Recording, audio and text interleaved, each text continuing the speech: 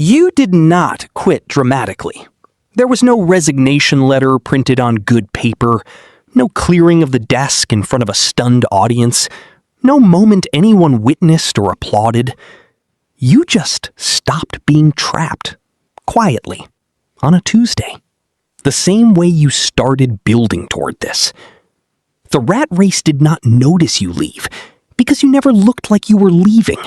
You looked like everyone else the entire time. That was the strategy. That was the whole thing. This starts 4 years before that Tuesday. Same place most of these stories start. A first real paycheck. A feeling that the years of grinding finally produced something solid. And a set of decisions waiting to be made about what that solid thing was going to become. You were 24. Your friend Marcus got the same paycheck you did. Same company, same starting salary, same week. Marcus did what felt natural, what felt earned. New apartment, nicer than the one before, car upgrade, nothing extravagant, just newer. Just something that matched the chapter. A credit card that started as a backup and quietly became a fixture. None of it was reckless. All of it was reasonable. All of it was exactly what the consumption trap looks like from the inside, which is to say, it looked like nothing at all. It just looked like life. You made a different call. Not because you were wiser, not because you had a plan fully formed, because you heard something that stuck. The idea that every dollar your lifestyle absorbs is a dollar that will never compound. That a raise spent is not just money spent today.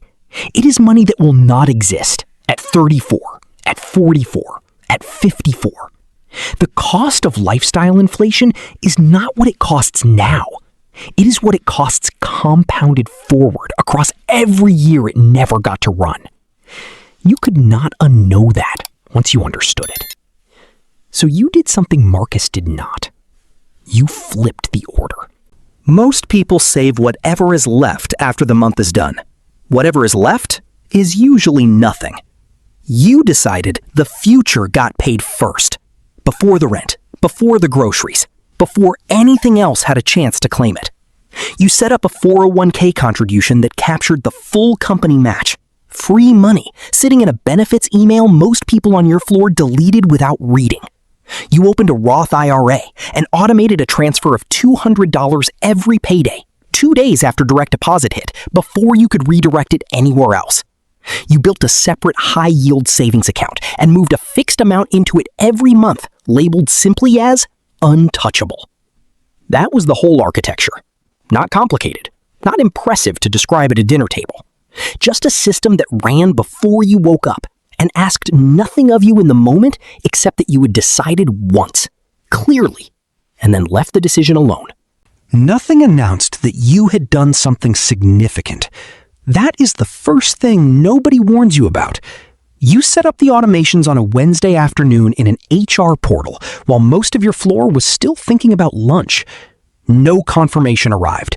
No signal that the math had started moving in your direction. The transfers just ran, silently, while Marcus's new apartment and car and the ordinary pull of a life that looks like progress continued on the other side of the parking garage. Marcus pulled in every Monday in the newer car. You parked the same sedan you had driven since your last year of college. There was a crack in the bottom corner of the windshield you kept meaning to fix. You never fixed it. The crack earned its place. Every Monday it reminded you that the gap between how something looks and what it is building are two entirely different measurements, and most people only track one of them. The lonely middle started around month 3. This is the part nobody prepares you for, because it does not look like anything from the outside, and it does not feel like anything instructive from the inside. It just feels like a long, quiet stretch of doing something correct that produces no visible feedback. The Roth IRA held a few $100s. The 401k was accumulating slowly. The high-yield savings account was growing, but not in a way that felt like safety yet. More like a number you were watching from a distance. Marcus went on a weekend trip that showed up in the group chat. A coworker bought a sectional and posted about it. Someone from college got approved for a mortgage, and the whole dinner table conversation held that energy for 20 minutes. You said you were doing fine. You watched the conversation move on. There is a specific kind of smallness that comes from moving in a direction nobody around you can see. It is not failure, but it does not feel like winning either. It feels like patience that has not yet produced anything worth pointing to, which is almost indistinguishable from standing still. You stayed anyway, not because the discomfort disappeared, because you understood what the discomfort actually was. It was the gap between short-term feedback and long-term compounding.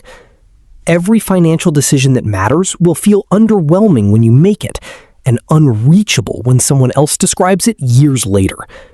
The distance between those two experiences is just time, and time was the one thing you were willing to spend. By year 2, the transfers had run 48 times without interruption. The habit had stopped feeling like a choice.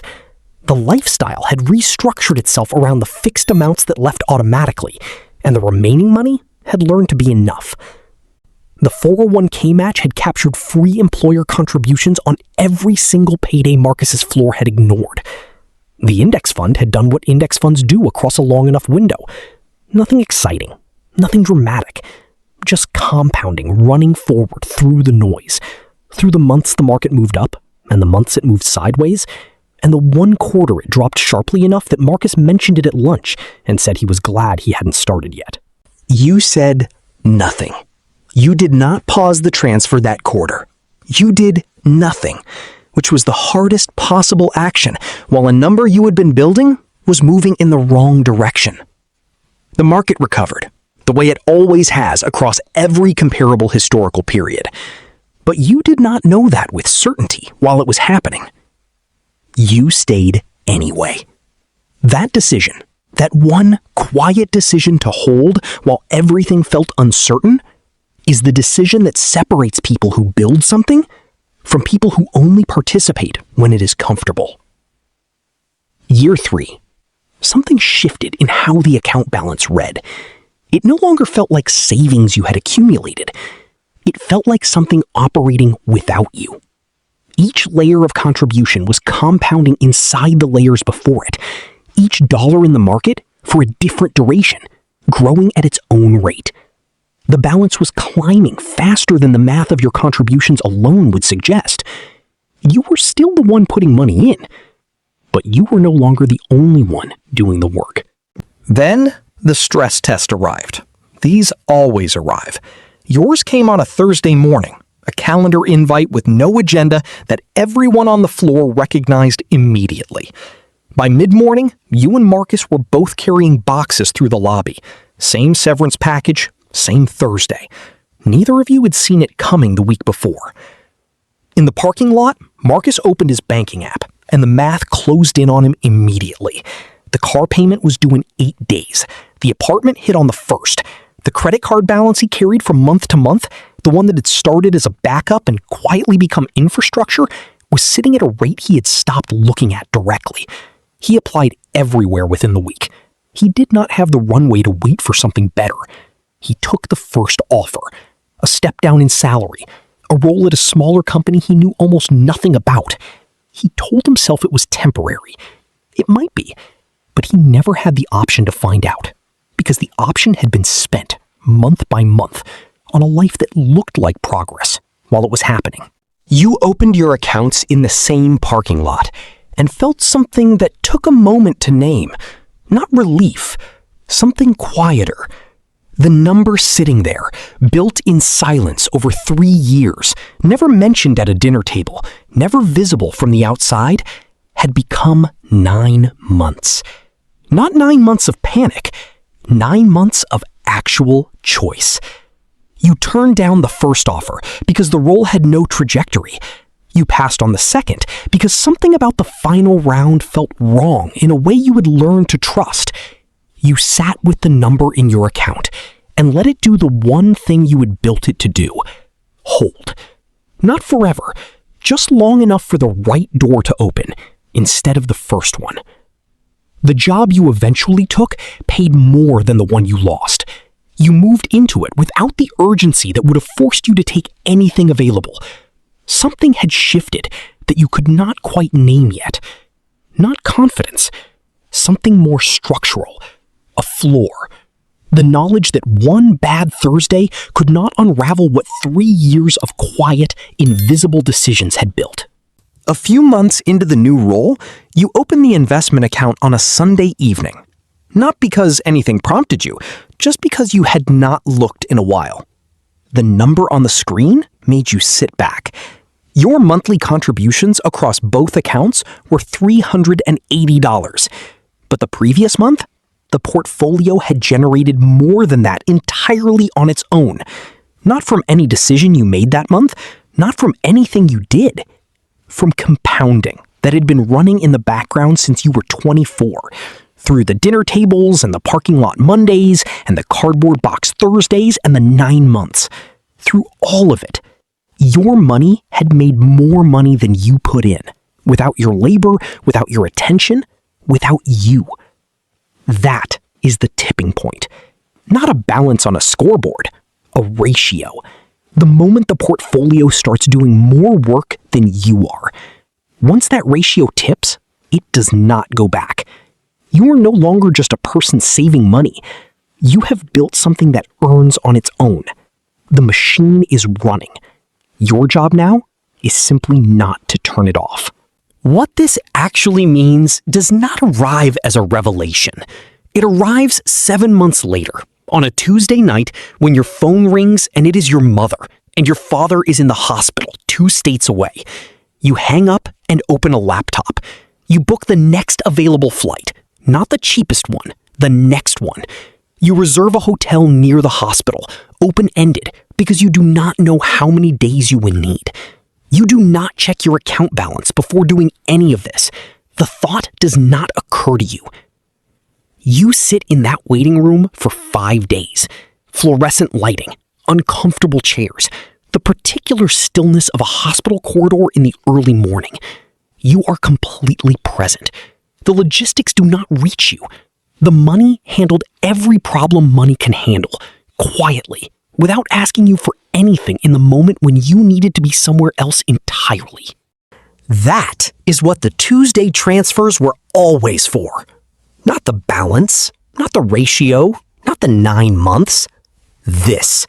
The freedom to show up completely when something matters because the floor you built across 100 ordinary paydays held exactly when it needed to.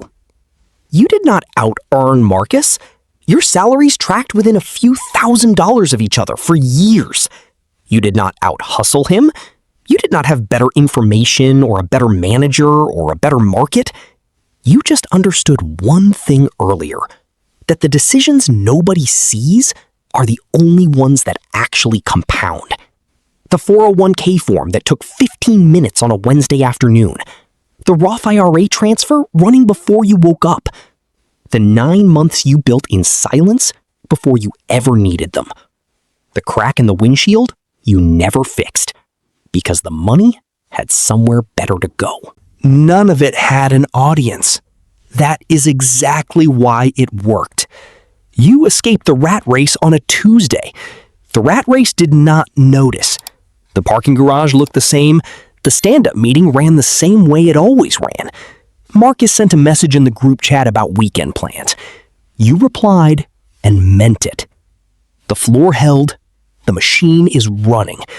Nobody knows. That was always the point.